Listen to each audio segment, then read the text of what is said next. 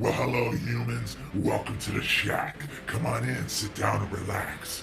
You know, when I heard that my boys Steppenwolf, Decide, and Darkseid were gonna be in a 4-hour extended version of the Justice League, I couldn't wait to see it. Zack Snyder's full vision has finally come to light on HBOMAX, and we're gonna break down all the good and the bad and find out if the 3-year wait was worth it.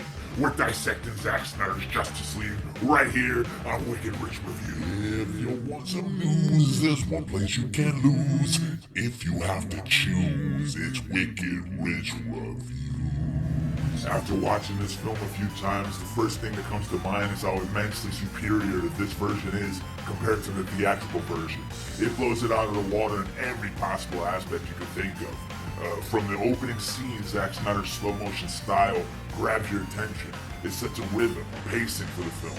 It flows smoother from scene to scene. The characters are fleshed out for once. The overall story arc has little individual story arcs that make the characters more real, which in turn makes you actually feel for them, care about what is happening to them. We see Cyborg's past, and now we know why he is so damn miserable, lonely, pissed off. His father plays a bigger role in this as well. A real love-hate vibe is created between the two, and you start to feel for the red-eyed robot.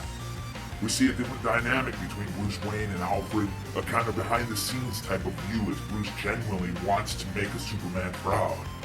We see an awkward, bumbling, scatterbrained Barry who seems to think too fast at times to keep up with his own mouth. He slips in and out of different speeds, from slow motion to regular speed as the day goes on, and you can see him trying to get it all together. The Flash actually becomes one of the most important parts of the entire film, unlike his nervous, scared betrayal in the pathetic Josh Whedon film.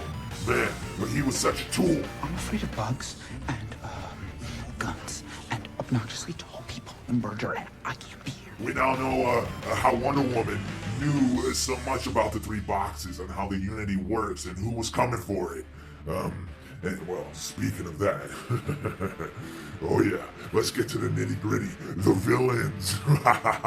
Yeah, first of all, Steppenwolf's new look makes 2017's version look like a powder puff. His metallic, spiky body seems to move as if it were alive, and his pure destructive power consumes each scene he is in.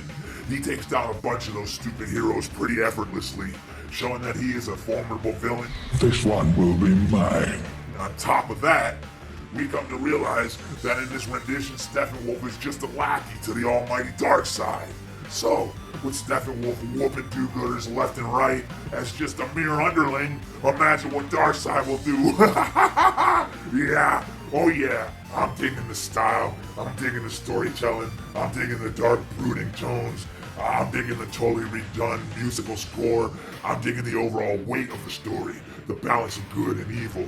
I'm finally starting to like that goody two-shoes Clark Kent. I really want to see the epilogue version of him. He would be a blast, I tell ya. Man, that would be awesome. Okay, so that's all the good stuff about it. Now, let's talk about some of the bad, you know? I feel his slow motion style drags on a bit too long at times. He could have cut some of that out of the 4 hours, you know what I'm saying? The fact that Aquaman swims in wet jeans but has to take his shirt off all the time is kind of silly, isn't it? The whining tribal howl that plays every time Wonder Woman appears. It's just weird. I don't know how else to say it. You know what I'm saying? And when a young girl asks her if she could be like her one day, Diana responds with the stereotypical, "You can be anything you want to be, dear." Oh man, gag me with a spoon. I mean, really? Come on, it's so lame. Can I be like you someday? You can be anything you want to be. I think Steppenwolf's grill definitely looks computerized at times, and Cyborg's appearance rides the line between real-looking and obvious CG. But this is just nitpicking. I did enjoy this film. I watched it twice, even though the good guys won again. That really burns my biscuits. One of these days, evil will be victorious. One of these days, I tell you. Oh, man. But even considering all that, this film did keep me entertained. The fight scenes are solid, the story, the acting, directing, music, and again, the most important thing, it provokes feeling. it does come through with feeling, and that's what makes movies great.